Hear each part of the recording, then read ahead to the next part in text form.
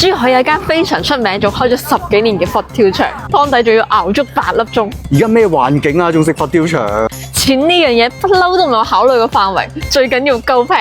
頂你個肺，咁有咩分別啊？聽講非常之好食，好多港澳人士都慕名而來。有冇咁堅啊？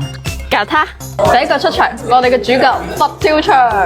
你睇下個佛跳牆，同你班臭男人一樣好膠啊！一睇就知非常之正。你睇呢個炸完嘅花膠幾正？真係喎，真係好似你咁正喎。果然識貨啊你！你睇下，仲有海參，哇！我呢世人都未食過海參㗎，好高級啊！又跟我揾食，包括你大把世界。呢個膠質真係冇得頂啊！你試下佢得唔得？非常膠，非常鮮，真係好似我咁正。果然用老母雞同豬骨煲咗成日嘅湯，個湯底真係唔同啲嘅。呢煲嘢入邊有清遠雞、水魚、海參、花膠、鮑魚，極度重料啊！4個人食啊都不成問題嘅。最緊要先200蚊開頭一鋪啫喎，簡直顛覆咗我嘅認知。咁呢個招牌佛跳牆你俾幾多分佢啊130分啊！哇，咁誇張！就衝住呢個價格真係冇得頂啊！呢嚿嘢，因為佢湯底非常之正，我可以飲100碗。第2個出場，我最中意嘅招牌黑叉燒同埋鹹蛋黃叉燒。試下睇得唔得？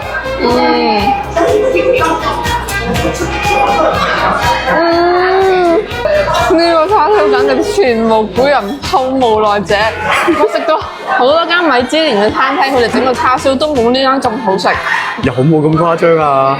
超級好食！咁你試埋嗰個黑叉燒睇下得唔得？呢個黑叉燒都 OK 嘅，但對比呢個鹹蛋黃叉燒，簡直係繁星比皓月，黯然失色咗少少，但都係好好食噶。點啊？佢嘅叉燒你要俾幾多分佢啊？我覺得個黑蒜叉燒咧都好好食嘅，可以俾90分佢。鹹蛋黃叉燒可以俾到200-300分佢咯。嚟呢間餐廳一定要過嚟點呢個鹹蛋黃叉燒，唔好食過嚟評論區打我。第3個菜魚湯燉羊肉，夠晒滋補啊！啱晒你喎，你試下啖湯睇下得唔得？有魚嘅鮮味同羊嘅香味，我冇諗過呢個湯係咁夾㗎，簡直係冬天嘅恩物。呢兜嘢用咗新鮮嘅水貝魚啊，將佢用嚟熬湯，熬完湯之後咧，將嗰啲魚肉魚骨全部掉咗佢，剩翻啲精華喺度。最憎飲魚湯嘅啲魚肉魚骨喺度阻頭阻勢啊！呢啲咪叫清爽嘅感覺咯。呢個羊肉又唔怕鹹，羊肚咧又好正。呢個湯堪稱完美。點啊？呢個魚湯燉羊肉你俾幾多分佢啊？我俾180分佢。哇！你真係好誇張喎，咁高分，睇嚟喺你心目中入邊真係非常之正喎。我同你講，冬天飲呢個湯真係冇得頂，真係一定要過嚟試下佢。覺得今晚呢3樣嘢咧，邊樣嘢你係最中意啊？哇！